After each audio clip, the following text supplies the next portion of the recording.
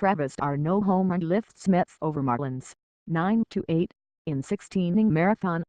Miami, in the middle of the 10th inning, Travis d'Arnaud asked for help. After crouching behind the plate for over 4 hours at that point, the Mets catcher had trouble walking down the stairs in the visitors' dugout at Marlins Park. "They had to practically carry me down," d'Arnaud said. 6 innings later, d'Arnaud carried the Mets to a long-awaited celebration. His home run off lefty Adam Conley in the top of the 16th inning gave the Mets 9-8 win over the Marlins after 5 hours and 38 minutes of baseball.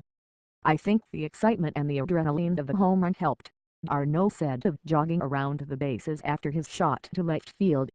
D'Arnaud had a career high for hits, started the Mets scoring in the 2nd inning with a 3-run triple and drove in a career high tying for runs as the Mets dealt a devastating loss to their National League East rivals.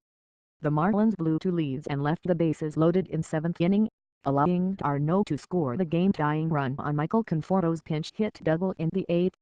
8 innings later d'Arnaud made them pay for it. "It's very impressive. He's got to be dog-tired. We're going to give him a couple days to get some energy back," Mets manager Terry Collins said. "Very impressive the way the whole team played, the way he played. They rose up, they hung in there. They are dog-tired."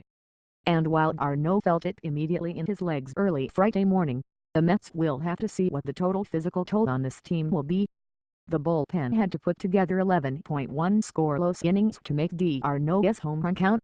Josh Smoker threw a career-high 3 innings and on his 4th straight night of work Hansel Robles threw 34 pitches to finish it off.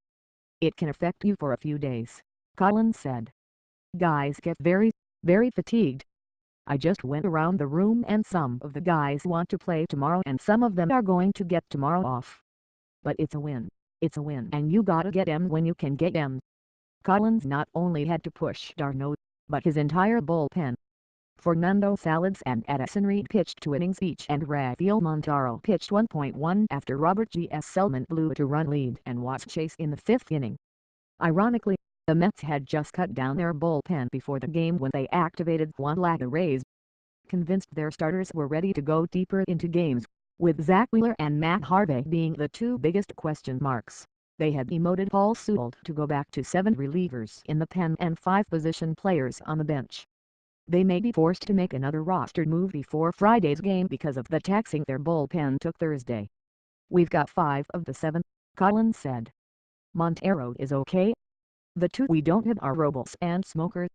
We've got Jerry Blevins and Josh Edgen and we've Reed and Salas, but we might bring somebody in just in case." D'Arnaud was scheduled to get Friday off anyway with Noah Syndergaard set to start with his personal catcher Rene Rivera behind the plate. After catching 16 innings and carrying the Mets offense, he had definitely earned it. Play of the game: Marcell Ozuna nailed Yoenis Cespedes on Jay Bruce's single to left field in the 7th to prevent the Mets from scoring the tying run. Initially it looked like Cespedes, who did not slide, had avoided A.J. Ellis' glove and scored, but after the review, the call was overturned, the Mets' rally was killed and the inning ended. Turning point: in the top of the 16th the Marlins decided to use their next day's scheduled starter, Adam Conley, instead of going with reliever A.J. Ramos. Not only did he give up the game-winning home run to Travis d'Arnaud to lead off the inning, but that decision could affect the 2nd game of the series as well. Start of the game: Travis d'Arnaud went 4 for 6 with a home run, a triple and 4 RBI. The 3 hits were a career high. He also held onto the ball, made the tag and the inning-ending out with Marlins hefty first baseman Justin Bour barreling down on him in the 5th. Stat: with 4 homers Thursday night, the Mets have hit a home run in 9 straight games. They have 16 homers in that streak. Unsung: hours after the Mets activated Juan Lagares and decided to cut down their bullpen instead of a position player to make room on the roster, Josh Smoker went above and beyond. He threw a career-high 3 scoreless innings to keep the Mets in the running. Missing in action: Josh Edgen gave up 2 hits and allowed 2 runs to score, blowing the Mets' first lead of the night. The only out he recorded was on a tremendous play of Jay Bruce throwing out Justin Bour at the plate.